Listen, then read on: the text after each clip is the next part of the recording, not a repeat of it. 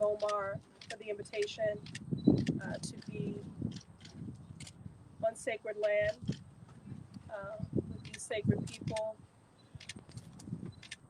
with water protectors and tribal leaders.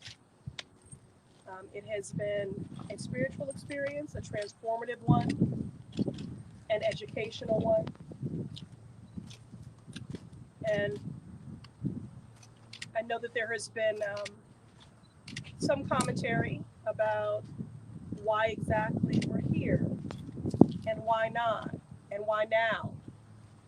And I do believe that the systematic oppression of marginalized people, whether you're talking about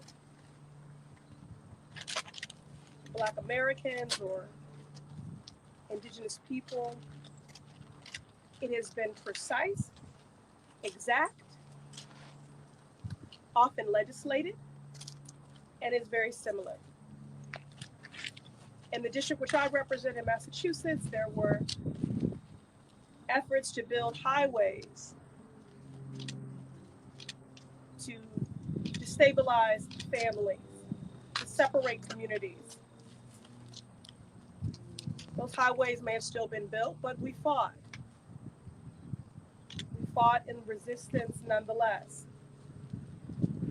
Why did they seek to build those highways in low-income and Black communities, or to make them residents to toxic waste dumps or level 4 biolabs in residential communities, rather than to attempt such egregious violations, human rights violations, civil rights violations, environmental injustices? We know that these things would not happen in white or wealthy communities. So our destinies are tied, our oppression intersectional, and that's why I am here. That's why we are here. In the last year, in the midst of this global pandemic, which has resulted in colossal loss of life, a burden disproportionately bore by Native people, a pandemic-induced recession which has caused unprecedented hardship, against the backdrop of a so-called national reckoning on racial injustice. And that's why we're here. We're here to be more than allies.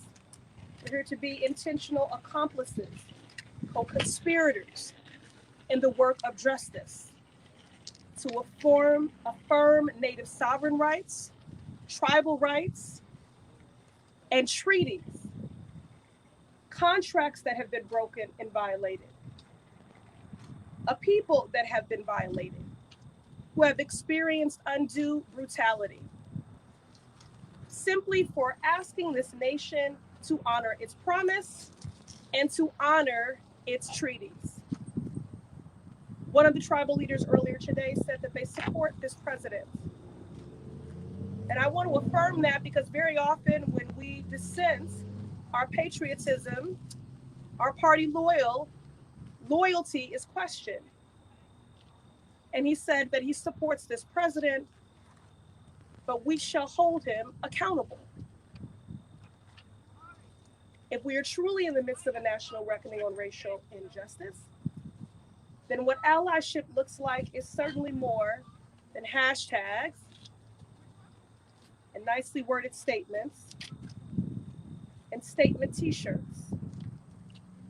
Change and justice will not be realized by what we say. It will be realized by what we do. And we implore President Biden to practice racial justice, to practice climate justice,